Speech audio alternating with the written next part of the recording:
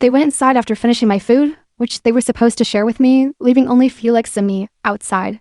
Kiefer, that jerk, he was far away. They're gone. You can take out your food now? Felix said. I did, and I took out my Nova, but before I could open it, Felix snatched it. What the heck? Is he a snatcher? Hey, what the heck? Sorry.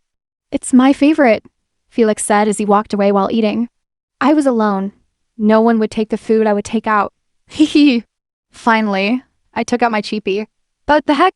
I was just holding the tear here when someone snatched it from my hand. What the heck? I glared at the animal who took my food.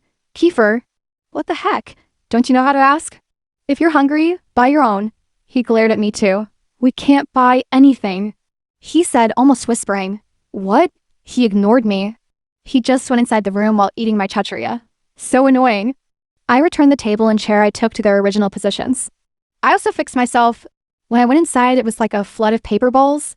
The floor was so full, and with every step I took, I couldn't avoid stepping or kicking them. They didn't even clean it. There's something else. I sat in my seat. Where I was the dot in the middle of the U, I was in the very middle. The surroundings were too quiet. I had a bad feeling when it was like that. I looked back to check on them.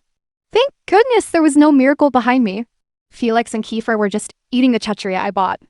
Vic, they were enjoying every bite of their food. The weird thing is, my classmates were so hungry for what they saw. Their eyes followed what the two were eating. Aren't they fed? Even I stared at their food. I was envious, the animal with a delicious expression, the idiot, thick-faced. I looked back at the front. I was even more annoyed by what they were doing. It's mine. It should be mine. Finally, the bell rang and our teacher arrived. From the look of our room, I expected her to be angry, but she didn't seem to care about the trash she stepped on. Your room really suits you, the teacher said boredly. She was about to start teaching when she saw me. Why is there a girl here? T-transferee Poe? I answered. The Jasper Jean Mariano? I smiled. Yes. She gave me a reaction before facing her book. Like the previous teachers, she also gave me the lessons I missed. While writing her lecture, the teacher approached me. Her name is Mrs. Zaragoza. She's in her mid-50s. Of course, she looks old, but she doesn't look strict. If you were to choose, what section would you want? She asked me. I looked at her in surprise. Poe, you can't be here. You're the only girl. What? That's why. I thought they were just absent. Are you serious? They told me at the registrar that because of my records, I was supposed to be here. I felt like everything suddenly went quiet. It's like everyone in the room was listening to our conversation. It's no problem, Alvin, and I will help you transfer. The girl before you was transferred to Section B. I'll think about it. That's all I could answer. To be honest, a big part of me was refusing to transfer. It's like I didn't deserve it, but I felt their concern. I'm the only one here. I'm the only beautiful lady here. The class with Mrs. Zaragoza and the others who followed her ended. We were in the last subject for the day. I don't want to teach, the teacher shouted angrily. My classmates went wild like crazy dogs in delight. Wow, I just bowed my head in shock at them. Clean your room. I'll attend a meeting first. What's that about? There's a meeting? She's pretending to not want to teach. Or maybe she has a choice not to go there, but she's just too lazy to teach her like she said. When I get back here and your classroom is still like this, I'll teach. No one will escape or I'll kick you one by one. She added and left. Her name is Miss Cindy Smith. She's in her mid-20s and she looks cool. When she left, I was surprised when the whole class suddenly stood up. I thought they were going to clean, but they suddenly went out. Hey, what are you doing? I shouted. I tried to follow, but when I got to the door, they suddenly closed it. Oh no! Oh no! Oh no! Open this! I shouted while banging on the door. I saw Kiefer peeking through the window, so I immediately went there. Hey, what's the deal again? Clean this room, he answered boredly. What the heck? I don't want to. Why would I do that? You're the ones who made a mess here. TS's. You're the reason why we made a mess. Now you clean it. What if I don't want to? Then we won't open the door even if Mayim's sexy arrives. I heard our classmates talking. Clean it. Come on. It's getting boring here. What the heck? They're so thick-faced. You're so thick-faced. After you devoured what I bought, you're still asking me to clean. TS's. Don't rub it in our faces. Why did you bring food, anyway? What the heck? You punks. I heard them laughing. They're really getting on my nerves. Just clean the room. You two, if we get bored, we'll just go home. Ma and Sexy might not be able to catch us here. We also have the key. Shootanginames. Hey! Punk! I shouted. Damn it, they're so thick-faced. They're already dead guts.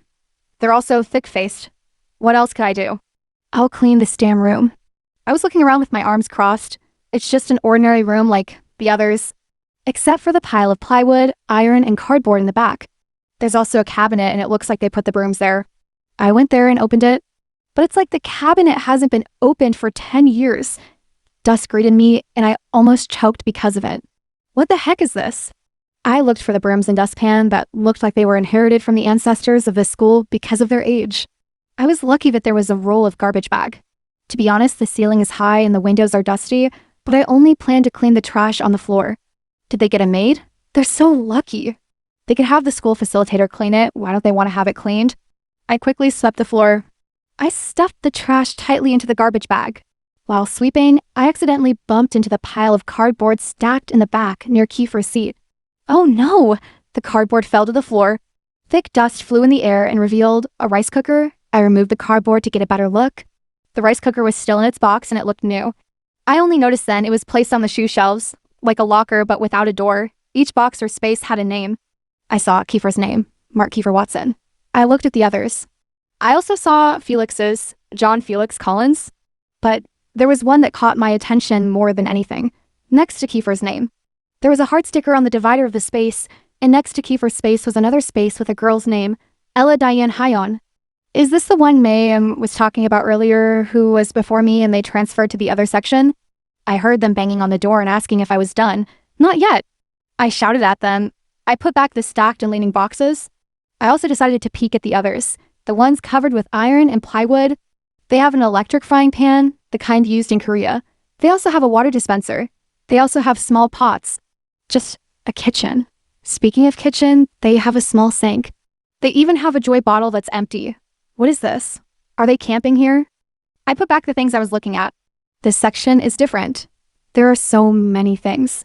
That's why the others look shabby. Hee hee. I finished cleaning and banged on the door loudly.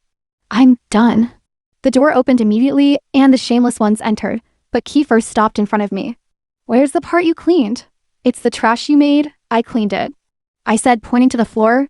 He suddenly looked around and immediately frowned. Is that all you cleaned? What?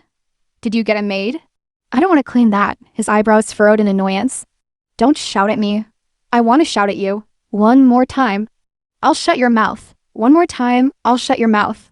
I mimicked him while sticking out my tongue and squinting. I was surprised when someone suddenly laughed.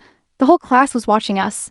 Haha, you look like husband and wife, Felix said, and there was a loud cheer. I looked at Kiefer with disgust. He reacted the same way to me, husband and wife. Really? Right away? I don't feel like being Kiefer's wife.